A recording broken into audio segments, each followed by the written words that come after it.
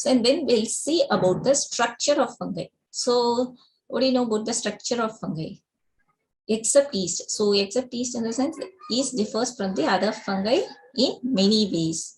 So, except yeast, fungi are filamentous. So, they are filamentous in structure.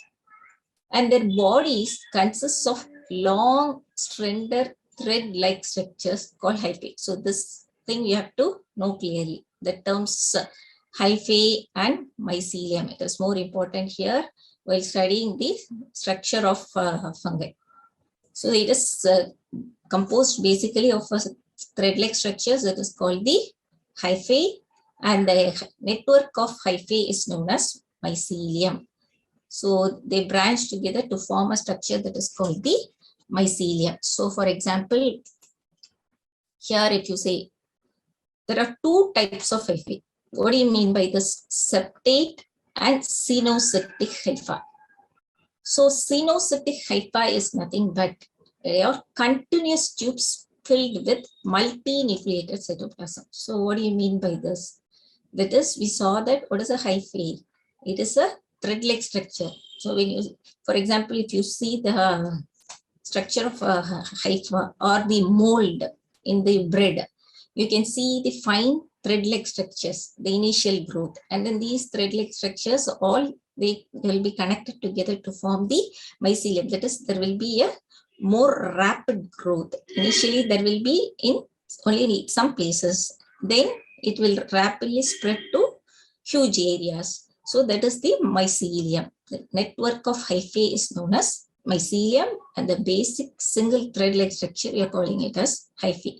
So if you take the hyphae, septate hyphae means here there is a formation of septum because there are in between there is a spectrum. They are connected here, separation here, and in between the connections there are pores. So if there is a septum, you're calling it as septate hyphae. So these are the nuclei, cell wall, and pore in between, and this is the septum. But in the case of Synotic hyphae, how it will be? There is no septate in between, no septum or separation. So how the hyphae is now? So it is a continuous tube.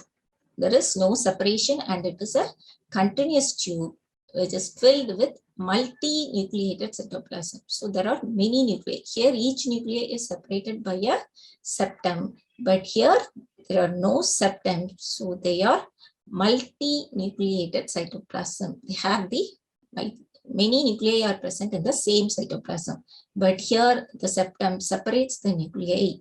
So here the cytoplasm will have only one nuclei in each septum, but there it is multinucleated. So it is one of the most important questions, that is what is a Synotic hyphae. So is it clear? That is, there are two types of hyphae. One is the septate hyphae, the other one is the Synotic hyphae. And another main feature about the fungi is the cell wall is made up of chitin and polysaccharide. So the main component is chitin here. So that is one of the main difference between the fungi and the other kingdom. So the other kingdom, particularly even plants, are surrounded by cell wall, but that cell wall is made up of cellulose. So here the fungal cell wall is made of chitin. So this is one of the main difference. Then we'll see about the other properties. So most of the fungi are saprophytes. So you already know what is a saprophyte. That is, they absorb the matter from dead substrate. So they are dependent on dead and decaying matter for its food. So they are saprophytes. That's why they act as a decomposer. So that they are decomposers. So how they act as a decomposers?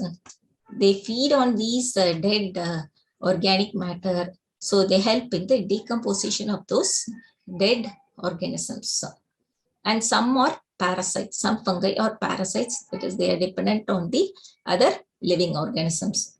And some live as symbionts. So what do you mean by symbionts?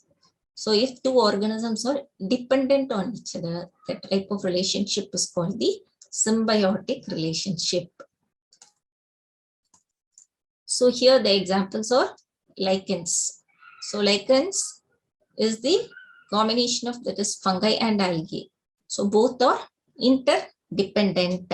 So they depend on each other for its survival. So lichens and also mycorrhiza. So mycorrhiza is fungi which are living on the roots of higher plants. So these two are the main examples of the symbiotic relationship of fungi. That is, they live with the algae and also they live in the roots of the higher plants. So these are the main properties of fungi.